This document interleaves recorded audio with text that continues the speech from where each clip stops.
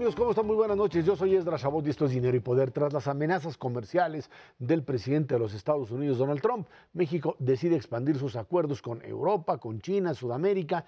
Pese a que las advertencias norteamericanas se han ido atenuando, el gobierno mexicano busca consolidar el Tratado de Libre Comercio con Europa y la semana pasada ya hubo rondas de negociaciones allá en Bruselas. Por otra parte, buscan adquirir granos y otros bienes en Argentina y Brasil que sustituirían en algún momento compras a los Estados Unidos.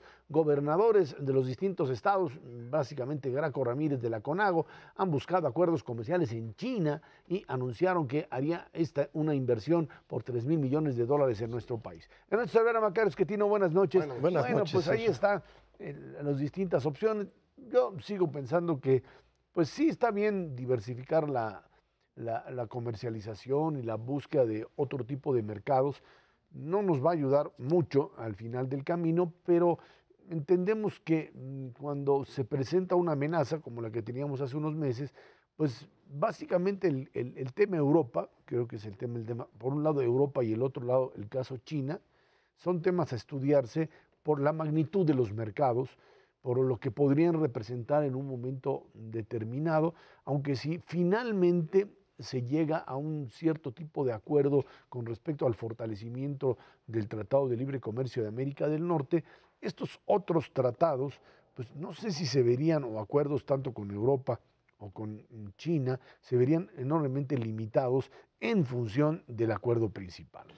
Sí, yo pienso que efectivamente no hay manera de sustituir a Estados Unidos como socio comercial por completo, porque es una cosa inmensa Estados Unidos. Hay que acordarse, es el país más grande del mundo en términos económicos, todavía medido en dólares corrientes. Es el país que más consume en el mundo, entonces el mayor mercado. Está aquí juntito, mismos usos horarios, medio hablamos inglés, medio hablan español, pues ¿para qué andar buscando en otro lado? China, en cambio, es un país que hace lo mismo que nosotros, hacen muchas manufacturas, entonces no es fácil venderles. Con Argentina y Brasil, pues lo que se les puede comprar son bienes primarios, que es lo que ellos producen bien, granos, a lo mejor carne, pero tampoco es así una gran maravilla. Pero esto ha servido para que los señores de Iowa estén espantadísimos y vayan a hablar con Trump y le digan, oiga, no le mueva, porque perdemos nuestro mercado de maíz, por ejemplo, ¿no? Creo que con Europa sería importante hacer un avance significativo, no sé qué se necesite para ello. Tenemos un tratado comercial desde hace 17 años. No funciona ya. Y no he visto yo otra vez que los empresarios lo aprovechen. Yo sigo pensando, nos quejamos mucho en nuestro gobierno con justa razón, pero creo que también nos ha fallado la capacidad empresarial para aprovechar oportunidades y esa es una de ellas. Mira, más allá del libre comercio, son dos estrategias completamente diferentes. En realidad, el Tratado de Libre Comercio con Estados Unidos y con Canadá sí se intercambian bienes y servicios a tasa cero. Pero en el fondo es un tratado de producción, es un tratado de producción conjunta. ¿Cómo le hacemos como región para producir lo más barato y lo más eficiente y poder competir con otras regiones del mundo? Así se ha ido consolidando en los últimos 22 años. Con las otras regiones del mundo, ¿te conviene o no te conviene tener tratados de libre comercio? Siempre es conveniente. ¿Por qué? Porque tu industria puede importar insumos de la mejor calidad que a lo mejor no se producen en nuestra región, para transformarlos, generarlos y entonces ser todavía más competitivos y más productivos. Ese es un primer aspecto. Pero un segundo aspecto también es más vale tener un tratado de libre comercio para que cuando empiecen a hacer trampas en otros lados, tengas reglas para ver cómo se solucionan esas controversias. Desafortunadamente, eso se da muchísimo en Asia, no solamente con China, sino también con otros países, donde triangulan muchas veces, nos meten goles en diferentes lados, hacen trampas subsidiando sus productos por parte directamente de su gobierno y no existen los mecanismos para corroborar si efectivamente están haciendo dumping, trampa, o no. Entonces sí te conviene tener este tipo de tratados de libre comercio. A la larga yo soy también pues, muy claro en términos de que tenemos tratados de libre comercio con 45 países del mundo, somos uno de los países más abiertos del mundo. Pero pues cuando empezó el Tratado de Libre Comercio en 1994, 82% de nuestras exportaciones iban a Estados Unidos, 22 años después. El 82.7% de nuestras exportaciones Sí, van, aunque ya tenemos tratados de libre comercio con otras. Sí ha crecido nuestra exportación hacia otras regiones del mundo y es conveniente tenerlo. Ha crecido, se han multiplicado por 3 nuestras exportaciones a Europa, por 4 nuestras exportaciones a América Latina en su conjunto, poco, al 2 con Asia. Pero vamos, la parte fundamental es este comercio que tenemos con Estados Unidos para hacer una región productiva. Y eso es lo que más nos conviene, porque eso es lo que precisamente te genera empleos en la A región. ver, qué es lo que China estaría buscando como elemento de reciprocidad con México, ¿no? O sea, China puede invertir, sin duda quiere entrar a México con inversión de capitales para generar lo que serían pues determinado tipo de productos que pudiese además ingresarlos a los Estados Unidos. Correcto. Los norteamericanos creo que pues están muy interesados básicamente en el tema reglas de origen, que también nosotros estamos en el mismo nivel. Los Estados Unidos dicen, no, es que a través de México los chinos meten una buena parte de sus productos disfrazados de producto mexicano. Le podemos decir exactamente lo mismo Claro. a los Estados Unidos, diciendo los Entran por productos Long Beach norteamericanos y pasan directo vienen por para nuestra acá frontera. como producto chino. Y bueno, pero en la medida en que la inversión china venga a México con un mecanismo de que ya limite o controle más ese tema de regla de origen, ¿qué pasaría con esa inversión china? Yo creo que China lo que ha estado buscando es crecer fuera de su país, porque su país ya no le alcanza. China es un país muy grande, ha sido autosuficiente en materia alimentaria por muchos años, pero pues paulatinamente conforme empezaron a crecer más y a comer más ya no les alcanza. El tamaño económico de China es la segunda economía más grande del mundo, solo después de Estados Unidos, y en términos de ingreso por habitante, China tiene el mismo ingreso por habitante que México, para que puedan tener la comparación. Por un lado es una de las economías más grandes del mundo y por otro lado es un país que a duras penas la va librando como nosotros. Entonces tiene esos mismos dos fenómenos. Se le está acabando la gente a China. Es algo que uno no se imagina, piensa uno, pues son un montón, ¿no? 1.300 millones. 1.380 Pero millones. su población está cayendo ya. Este es parte del cambio demográfico. Claro. Y lo que hicieron fue empezar a invertir en países pobres en África para comprar recursos naturales y conseguir trabajadores en ciertas áreas. Lo mismo empezaron a hacer en países de Sudamérica y les interesaría un montón México por eso. Ya vinieron a comprar uno de los campos que vendía Pemex, vendió pues la Secretaría de Energía, uno de los que quedaban más cerquita de Estados Unidos para estar viendo para allá. Van a querer invertir más aquí, pero su objetivo yo creo no sería estrictamente económico, sino más en términos geopolíticos, algo que Estados Unidos olvidó desde los tiempos de Obama y ahora peor. Ellos sí han estado concentrados en ampliar su círculo de influencia, porque bueno, pues me imagino que piensan en 2 o 3 generaciones convertirse en el país más importante del mundo. Hay otro elemento adicional. No se puede dejar de lado que México en su consumo interno es un mercado de 1.5 trillones de dólares al año. Y hay muchísima gente que quiere venderle al mercado mexicano con una clase media pujante, creciente, que demanda casas, coches, electrodomésticos y una serie de factores que están ahí. Sí, somos 40 veces más chicos que Estados Unidos, pero ese mercado es de la dimensión de la suma de Colombia, Perú, Argentina y Chile al mismo tiempo. No es trivial el mercado interno mexicano. Yo te diría, sí tiene muchos intereses China en este país. No es que quiera invertir, es que ya está invirtiendo, ya hay una fábrica de coches, ya empezaron a hacer distribución en nuestro país. Y eso no nos puede perjudicar, al contrario. Nos va a beneficiar en términos de los insumos nacionales que demanden, no cabe la menor duda. Y a mí sí me gustaría tener las reglas claras. Se queja mucho Estados Unidos que tiene un déficit comercial bárbaro con el mundo entero. Bueno, déjame decirte, México también tiene un déficit comercial con el mundo de 3% de nuestro PIB. Sí tenemos un superávit con Estados Unidos, pero es más que compensado por el déficit que tenemos con Europa y con China especialmente. Entonces, tengamos las reglas claras. Sin duda alguna, es mucho mejor estar ahí, en ese contexto, que no tener absolutamente nada. Sin tratado de libre comercio, China ha multiplicado por 5 su posición de exportador hacia los Estados Unidos. Y bueno, pues ¿qué prefieres? ¿Qué prefieres?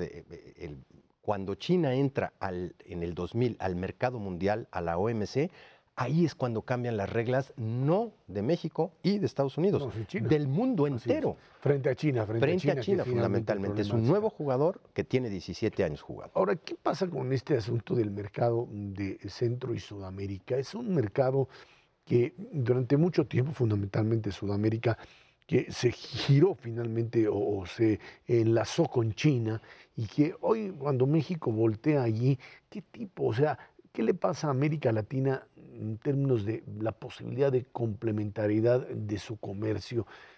Parecería ser que estamos hablando de zonas económicas con características totalmente, pues yo te diría, incompatibles unas con otras. No, yo pienso ¿No? diferente, Ezra. La verdad es que si tú trazas un eje, México, Colombia, Perú, Chile, somos economías Hasta allí. muy complementarias en ciertos aspectos, con diferentes pues, recursos naturales cada una de ellas. Nuestro comercio ha prosperado y yo te diría hasta con reglas en términos de lo que es el mercado libre y el acceso a tratados de libre comercio muy similares.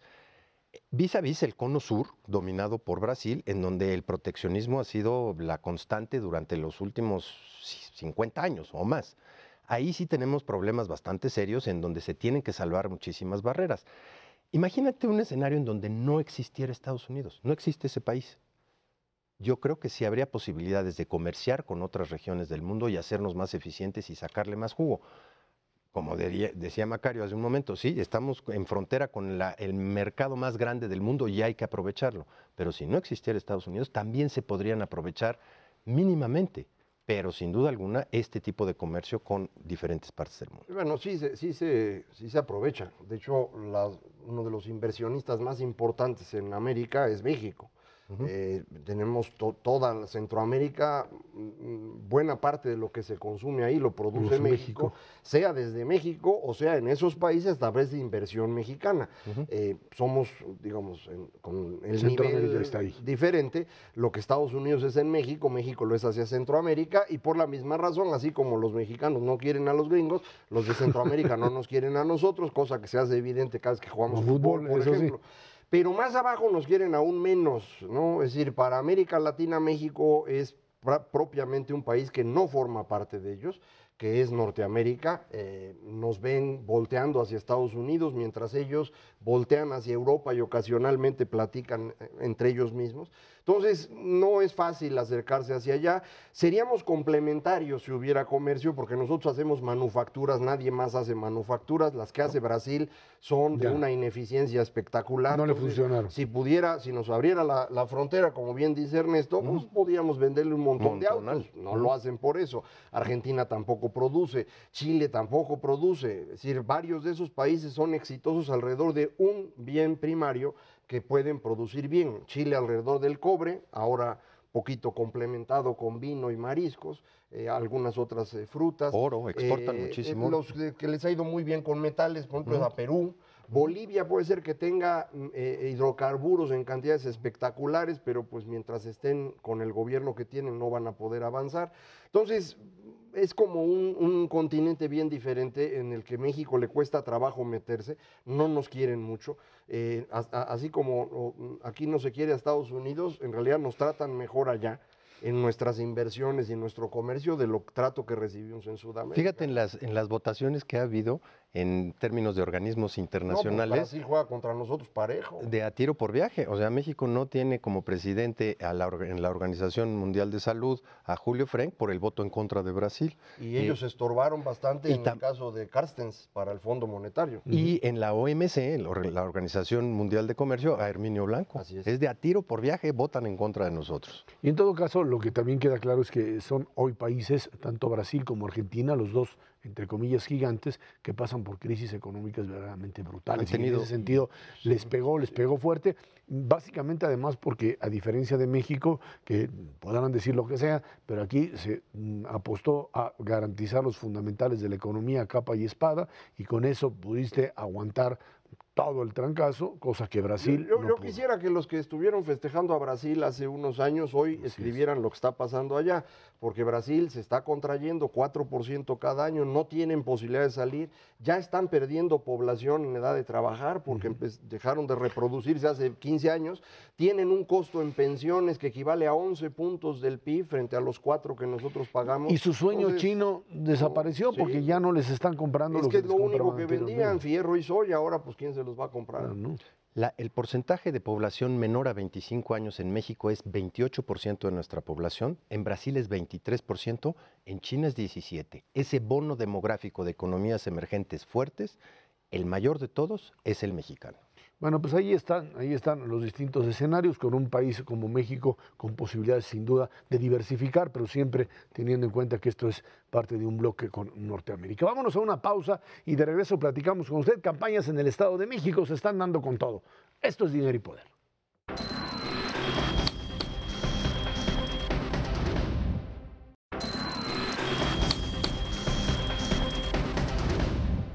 Iniciaron las campañas electorales en el Estado de México, elección que tendrá gran conexión, por supuesto, con lo que suceda en el 2018. Las propuestas de los principales candidatos han sido las mismas de siempre: seguridad, inversión, infraestructura, nada nuevo.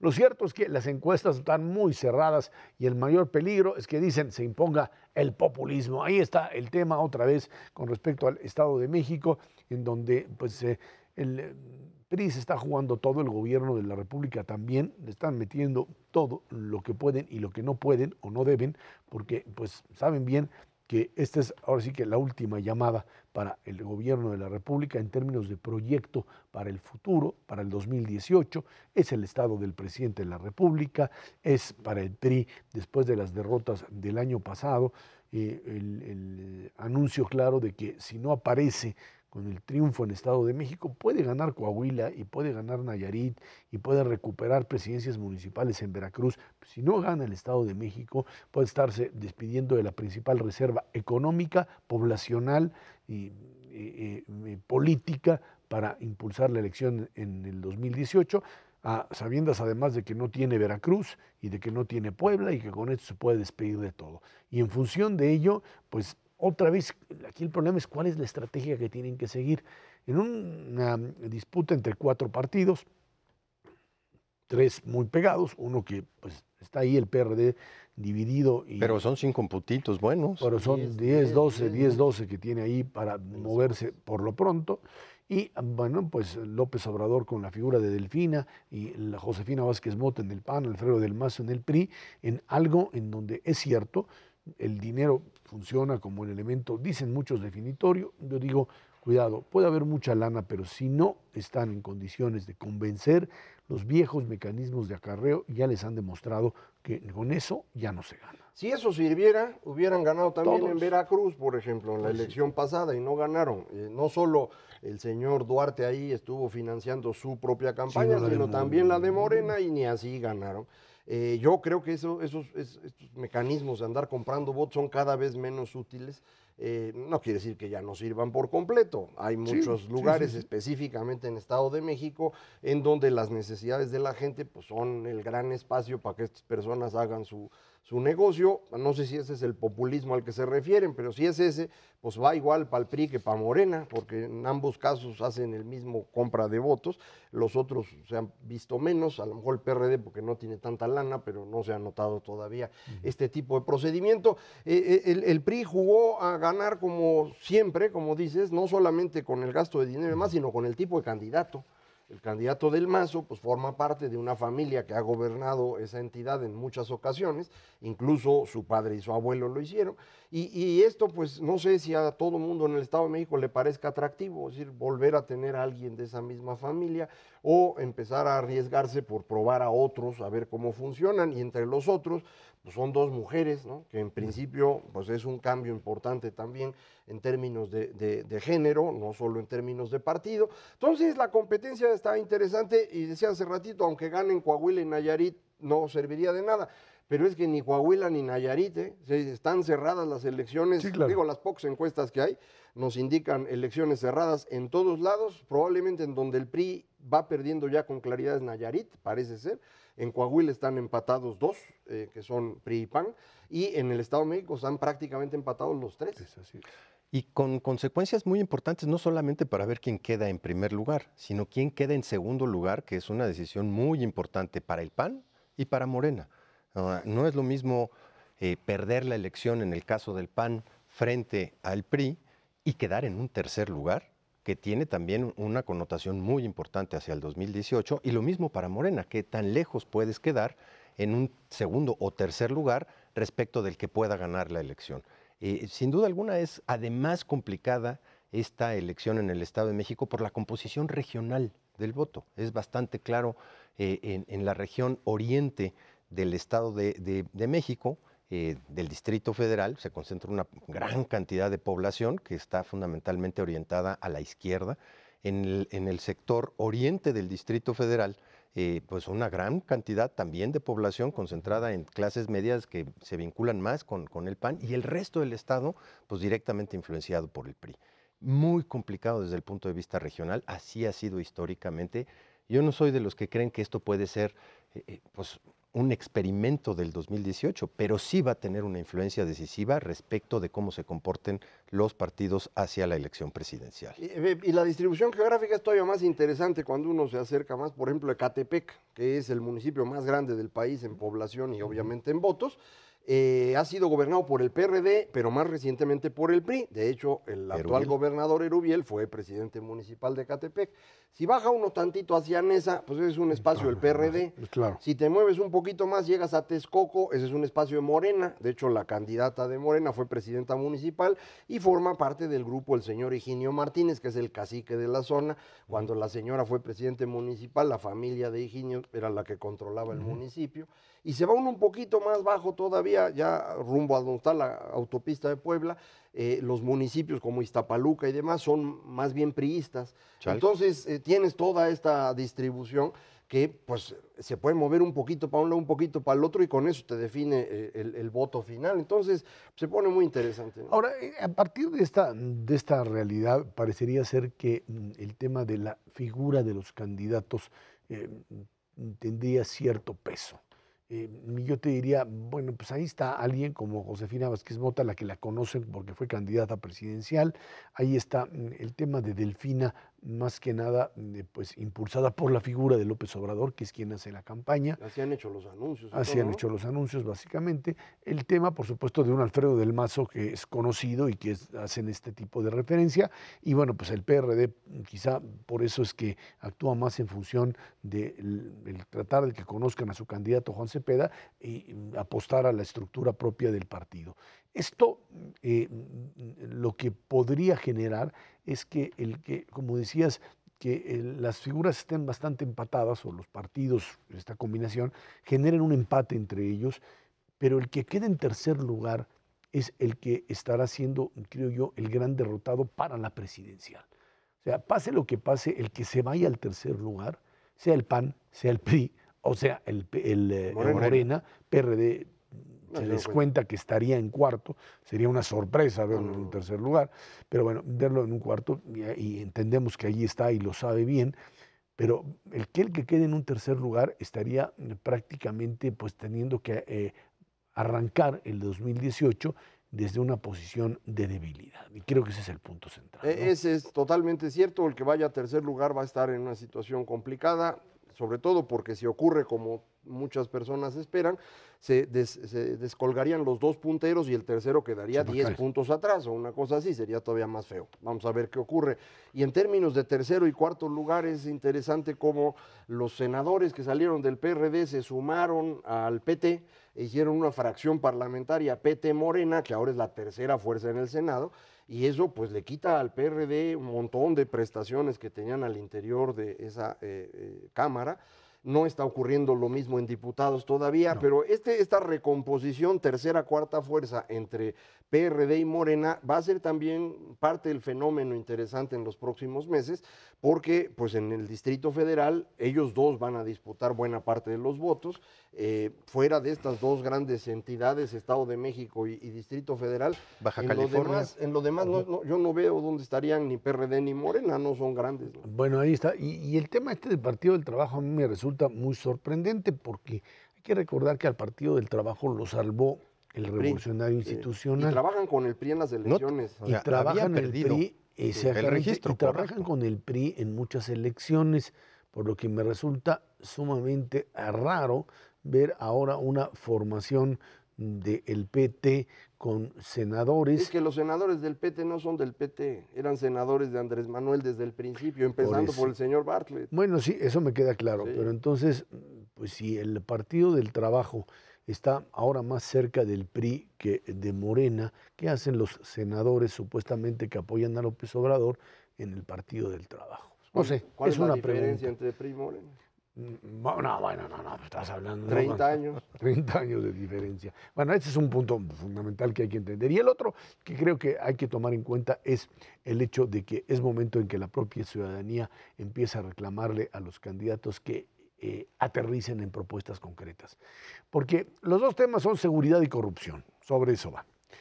Hasta ahora lo que hemos visto es una repetición constante de consignas y de propuestas que no pueden cumplir porque no tienen todavía instrumentos con cuales decir, a ver claramente cómo lo harían.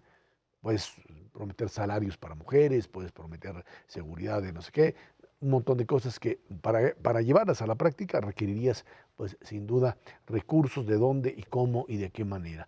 Y si la sociedad presiona para que los candidatos lo definan en esa circunstancia, yo creo que estaríamos viendo una elección muy diferente de lo que hasta ahora estamos. Y mira que hay tela de dónde cortar, porque si hay un lugar en donde ha crecido enormemente la violencia y la parte de inseguridad es precisamente el Estado de México, Ecatepec específicamente, y es donde la gente clama por cosas muy específicas, por instrumentos muy específicos que pueden hacer la enorme diferencia en términos de la decisión de voto. Hace unos días, una semana o 2 semanas, hubo un debate en televisión con el colega Carlos Loret, de los principales candidatos, y ahí, por ejemplo, pues la candidata de Morena parece que le fue bastante mal, según lo que yo veía en las redes sociales. Los otros dos, parece que me refiero, PRI y PAN, dijeron algo un poquito más ordenado, pero claramente ahí se veía lo que tú indicas, la ausencia total de propuestas concretas. La ausencia de propuestas concretas porque pues, es difícil entrar en el tema fundamentalmente de combate a la inseguridad cuando pues, esto tiene que ver con un tema, es cierto, de voluntad política, pero también de asignación de recursos y de compromisos políticos que en muchísimas ocasiones lo que les pasa es que pues, no los pueden hacer como candidatos. Y creo que es lo que la ciudadanía trata de obligar o tratará o deberá de obligar a los candidatos a decir, a ver, dime cómo, pero de verdad deja de tirarme rollos que dejo de entender, porque ese es el mecanismo que finalmente podría obligar a cambiar las cosas en este país. Vámonos a una pausa y de regreso platicamos con usted precisamente índices de violencia, índices de paz aquí en nuestro país. Esto es Dinero y Poder.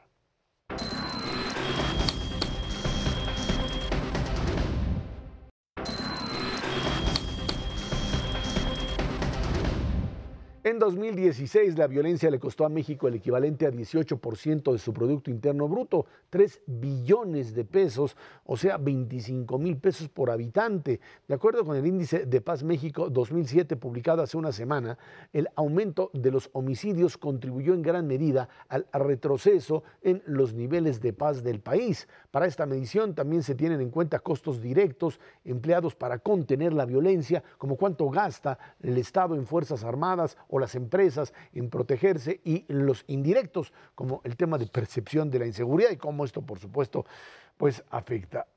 18%. Es una barbaridad. Es un fregadal, dirían ahí en lenguaje coloquial. Este mismo índice, 10 años atrás era 7% del PIB, ahorita prácticamente se ha triplicado y sin duda alguna es muy preocupante bajo diferentes aspectos.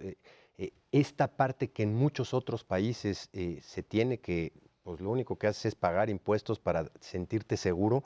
En México pues, los gastos se van a las nubes precisamente porque hay que sobreinvertir para tu propia seguridad, para tu familia, para tu empresa, para literalmente lo que sea, hasta para circular en la calle. Sin duda alguna es reflejo de lo que ha venido pasando. El aumento de la tasa de homicidios en el país en el 2016 fue verdaderamente impresionante, 22%, y ubican pues, el nivel de violencia en nuestro país al nivel más alto, exactamente igual que se tuvo en el peor año del sexenio de Felipe Calderón, 2011, Y la dinámica con la que empiezan los homicidios en enero-febrero es de 30%, todavía superior a lo que se tuvo en el 2016. Yo no tengo confianza en este número, no he revisado con todo el detalle necesario cómo lo calcularon, pero estos números siempre los calculan con mucha enjundia, ¿no? Y dicen, es que debe ser como, y ya le avientan un numerote. Nada más para que los amigos del auditorio tengan una referencia. El gasto total del gobierno mexicano en seguridad, justicia y defensa es 1.3% del PIB. No puedes de ahí llegar a 18% de costo, es imposible, no hay manera. Pero esto indica algo bien interesante. Si los amigos del auditorio quieren vivir en un país seguro, en lugar de pagar 18% vía violencia, pueden pagar 5% vía impuestos y con eso resolvemos el problema, como se le hace en los países desarrollados que tienen pues un número adecuado de jueces, cárceles que funcionan, policías bien preparadas. Nosotros hemos logrado hacer algunas cosas de estas, pero chiquitas, ¿no?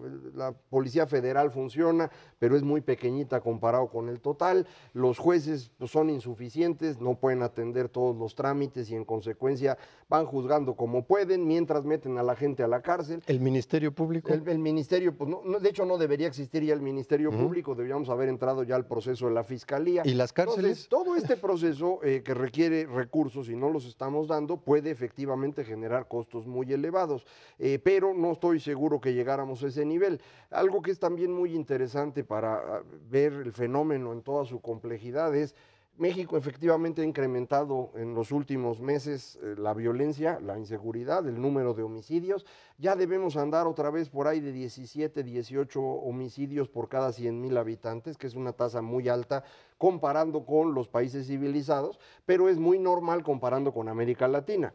El dato interesante es el siguiente. Hay varios estados en Estados Unidos en donde la mortalidad por sobredosis de droga es 3 veces mayor, veces mayor que la mortalidad aquí por homicidio. Entonces, si el cálculo de violencia se hace como estamos platicando, pues entonces esos estados en Estados Unidos estarían perdiendo 50% del PIB. Sí. Es un absurdo. A ver, pero el tema aquí creo que radica fundamentalmente en el hecho de que hay estados que han hecho su trabajo de manera clara, o sea, estados en donde sí puedes tú percibir una disminución en los niveles de violencia porque finalmente construyeron una policía estatal, porque elaboraron o adecuaron su sistema de justicia para de alguna manera hacer que aquellos que son juzgados pues con el nuevo sistema de justicia penal reciban finalmente el castigo que se merecen y un sistema penitenciario que lo cumpla, es todo este proceso, y otros que simple y sencillamente no lo hacen,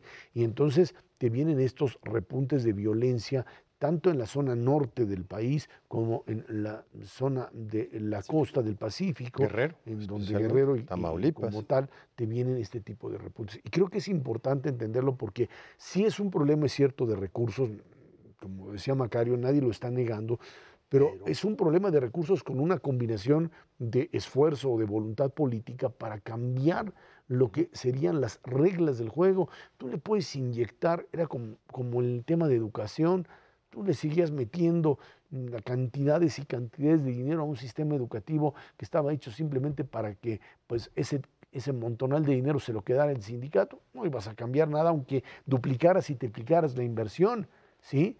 Hoy estás haciendo lo mismo si le sigues metiendo dinero a un sistema de seguridad que termina entregándolo básicamente al crimen organizado o a instancias policíacas o de sistema de justicia que no funciona, pues simplemente aumentar, como dice Macario, hay que aumentar fuertemente el recurso para que esto pueda transformarse.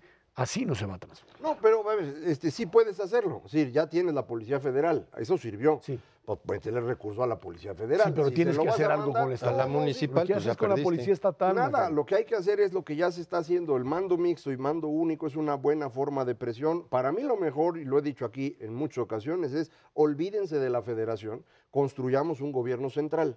Pero dicen que eso no se puede. Es imposible. No, yo digo que en términos políticos no se puede. Yo digo que no hay ninguna dificultad en hacerlo si quieres resolver el problema. Si tenemos problemas, estábamos hablando hace un momento de Estado de México. Estado de México en donde hay una resistencia a hacer policías municipales, porque Brutal. tienes policías municipales con un poder enorme en municipios como Huixquilucan o como Naucalpan. Y dicen, no, aquí sí, la policía funciona, pero etcétera. tienes No Ecatepec. es cierto. No, pero además no es cierto. O sea, no tienes índices altísimos de delincuencia, escóndanlos o maquíllenlos o háganle como quieran. Si no construyes una policía estatal eficiente, que controle, que investigue y que le dé certeza, por más que le des esta fuerza y autonomía a policías municipales, lo que pasa es que ahí es donde está el negocio. Y por eso es que no lo quieren soltar los gobiernos estatales y mucho menos los municipales, en muchas ocasiones coaligados en el negocio, ¿no? Hay dos elementos adicionales que te explican este repunte brutal que vimos en el 2016 en la tasa de homicidios. Por una parte, tuviste 12 transiciones en gobiernos estatales y el crimen organizado sabe perfectamente bien cómo meterse precisamente en lugares donde cambias de gobernador. Y esa transición pues te pega y te pega muy fuerte. Y por otra parte, tienes una pulverización de las diferentes bandas criminales que se dio con mucha fuerza al descabezar a los líderes de varias de estas organizaciones, especialmente la salida del Chapo, pues hizo que muchas de las bandas empezaran ahora sí que a florecer a diestra y siniestra. No le quita responsabilidad a la parte de la policía, eso me cabe la menor duda, pero sí son factores que incidieron de manera muy importante en el transcurso de 2016. Yo creo que es bueno comparar resultados. Por ejemplo, tienes estados que tú decías han funcionado. Nuevo León es un ejemplo. Lograron construir una buena fuerza civil, creo que es el nombre que tiene, para resolver los problemas. Baja California hizo algo similar, pero Baja California tiene un estado estable mucho más violento que el que tiene Nuevo León. Lo tenía antes y lo sigue teniendo ahora. Hay otras entidades que parecía que habían mejorado y se han deteriorado recientemente. Es el caso de Chihuahua. No quiero decir, como lo dice Ciudad Juárez, algunos, que esto se le debe al nuevo gobernador. No, creo que con el nuevo gobernador se hace evidente algo que venía ocurriendo desde antes, en particular por el control que tenía un cierto grupo criminal de una ruta de salida hacia los Estados Unidos.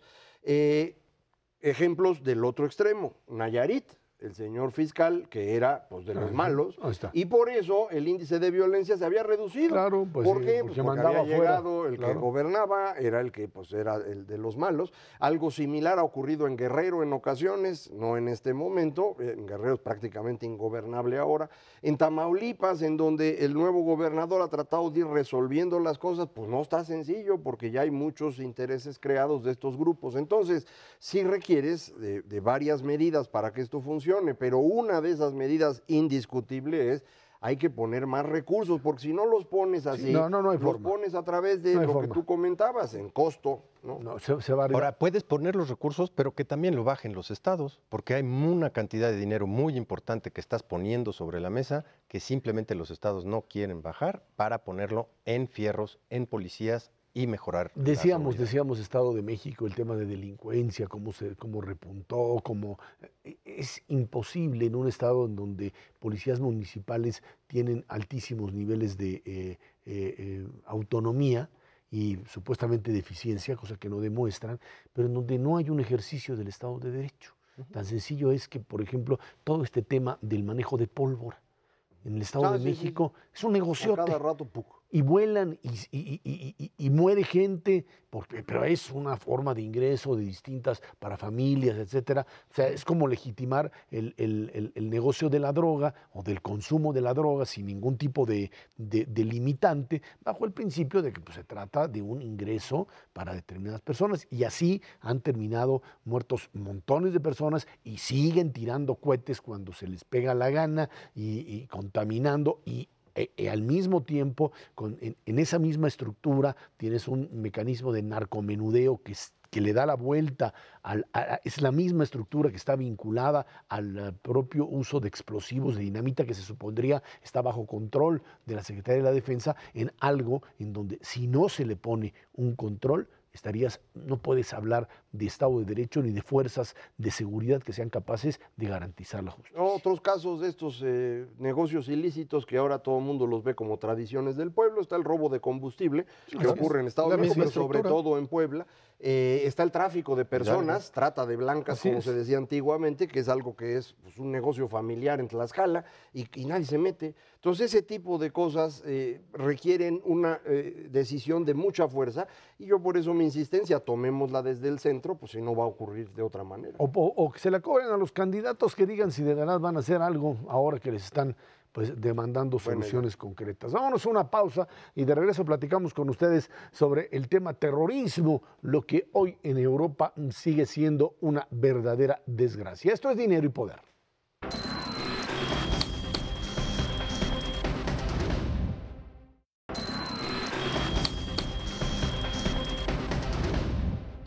Europa vive una ola de ataques terroristas perpetrados por atacantes suicidas solitarios. El más reciente fue en el metro de San Petersburgo, esto allá en Rusia, en el que el principal sospechoso es un joven de 22 años nacido en Kirguistán. El saldo ahí fue de 14 personas fallecidas. Esto fue en Rusia. Semanas antes, el 22 de marzo, en Londres, un hombre atropelló a varias personas en el puente de Westminster, allá en el Parlamento, con un saldo de 4 personas muertas.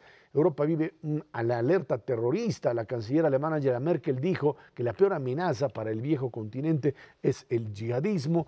Esta situación que se vive tanto en Europa, en Rusia incluso, aunque no es parte de Europa como tal, y ahora menos con Putin ahí, bueno, pero tienen el mismo denominador común, el resurgimiento de una serie de grupos que por un lado actúan y tienen capacidad de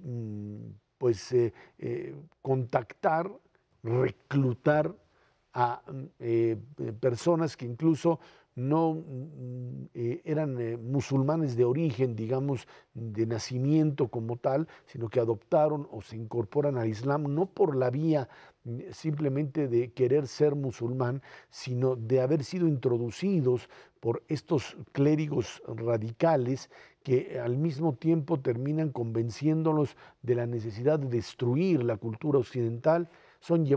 Eran llevados a Siria y a Irak, a lo que era el Estado Islámico, y regresaban a través de la frontera turca fundamentalmente hacia Europa y ahí cometían atentados terroristas. Esta es una parte. La otra es aquellos otros que vía internet, vía esta comunicación prácticamente sin fronteras, han ido copiando o viendo a estos militantes originales y sin la necesidad de un adoctrinamiento físico, un adoctrinamiento de contacto en persona, tienen la posibilidad de armar o de generar o una célula o incluso una sola persona que tenga la posibilidad de atacar en algo que se ha convertido en un verdadero enigma y una amenaza para todo el sistema de inteligencia europeo. Todas las agencias de inteligencia están en alerta y ¿sabes qué, Esra? Se están empezando a desgastar porque en el caso de Bélgica llevan más de un año en alerta roja permanentemente. La gente también ya se está cansando de esto. Vienen eventos hacia adelante importantes, en el caso de Francia, sus propias elecciones, que pues van a estar en el ojo del huracán. La salida de Inglaterra de la Unión Europea va a causar conflictos inclusive en el intercambio de información entre las diferentes agencias de seguridad, no solamente en el trato de las diferentes fuerzas migratorias que hay entre la Gran Bretaña y el resto de Europa. Se está complicando muy rápidamente y desafortunadamente de manera cada vez más fuerte en términos de los ataques que estamos viendo específicamente en Europa. Pero yo no dejaría de lado lo que está pasando en Europa respecto a lo que podría pasar potencialmente en otras regiones del mundo. En el Oriente Medio, sin duda alguna, está habiendo también una cantidad muy importante de eventos terroristas que están dejando una cantidad de muertos igual o superior a la que estamos viendo en Europa. Y sin duda alguna hay una suerte de desánimo porque los resultados no se están viendo en el corto plazo. Y ese desánimo desafortunadamente se transforma en enojo y en enojo en elecciones para cosas verdaderamente irracionales como las que acabamos de ver hace relativamente poco en los Estados Unidos, afortunadamente no en el caso de Holanda, pero que se pueden reproducir muy rápidamente en otros países cruciales para Europa en estos momentos. Hay algunos conjuntos de ideas, o si quieren llamarles ideologías, que parten de la idea de que se puede destruir para construir. Estas ideas son muy atractivas, en particular para jóvenes que no tienen una situación personal muy sólida, necesitan formar parte de algo, como todos los seres humanos necesitan formar parte de algo, y esto les es muy atractivo y son personas que puedes jalar. Esto no es exclusivamente un asunto del Islam. Es el concepto de la revolución, finalmente. Sí, lo podemos, en los últimos 200 años así se ha llamado, en otras épocas era más un asunto milenarista, pero bueno, en estos últimos 200 años ha sido así. En fines del siglo XIX era un asunto esencialmente de anarquistas, que eran igual de terroristas que los actuales, con menos tecnología, pero eso hacían. El señor que mató al el archiduque Francisco Fernando para que empezara la Primera Guerra Mundial era un miembro de la Mano Negra que realmente actuó de forma individual porque se perdió y se equivocó de calle y pues le tocó ahí enfrente. Y así es lo que hemos tenido durante los años 70, eran terroristas, la mayor parte de ellos comunistas, algunos cercanos a la cuestión palestina, por ejemplo, pero otros eran como los alemanes Baden-Meinhof. Todos estos casos son grupos muy pequeñitos de personas extraordinariamente radicalizadas porque necesitan esta formación para poder vivir.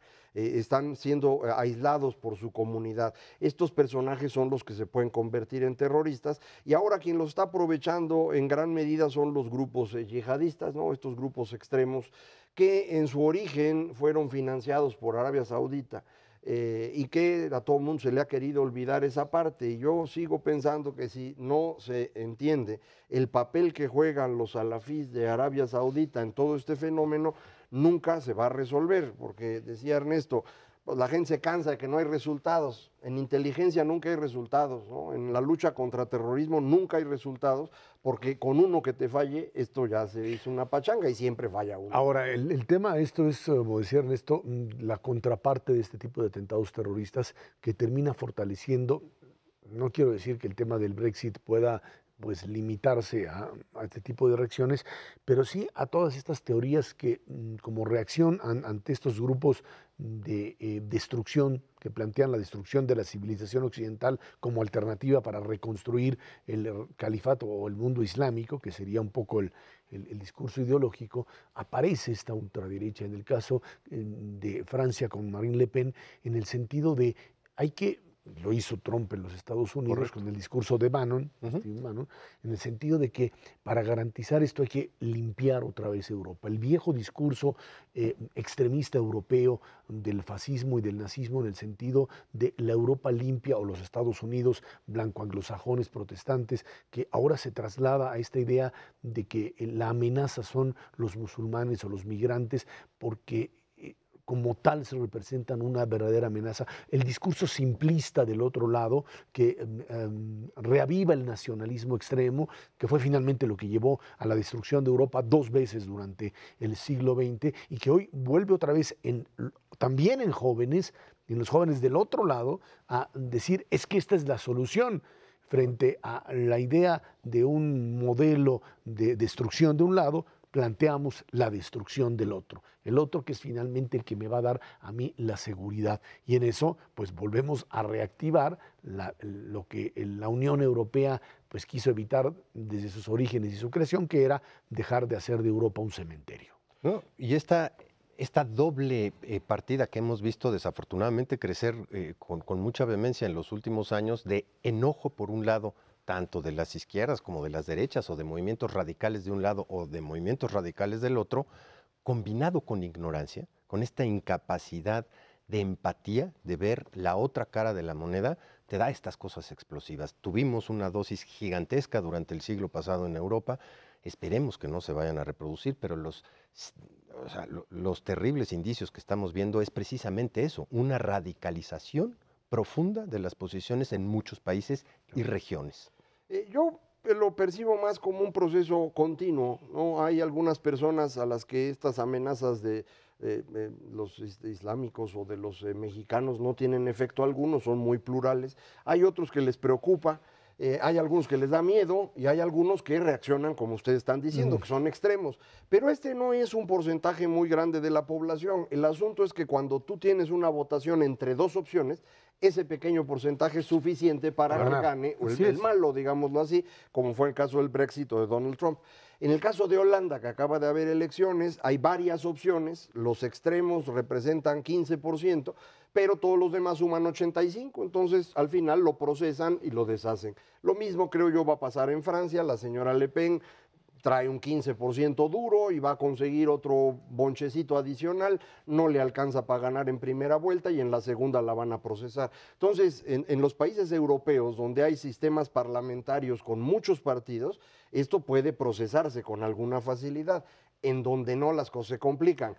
Pero eventualmente, si tú no empiezas a tomar resultados, pues se te puede complicar. Yo te diría que independientemente del resultado electoral, tu problema es que has metido dentro de la sociedad este tipo de pensamiento que termina legitimando la agresión al diferente, y eso está dentro de lo que podríamos llamar la mentalidad, la forma de pensar de los europeos y también en Estados Unidos, ya lo validaste. Estados Unidos, y bueno, ahí tienes las reacciones de violencia. Eso es lo que hay que enfrentar. Ernesto Cervera Macarios, que tiene muchísimas gracias. Gracias a usted que nos ve y nos escucha aquí en Canal 11 todos los jueves a las 10 de la noche. Dinero y Poder. Recuerde, estamos en la radio Noticias MBS en el 102.5 del FM de lunes a viernes de 5 a 7 de la noche. Por nuestra parte, muchísimas gracias y muy buenas noches.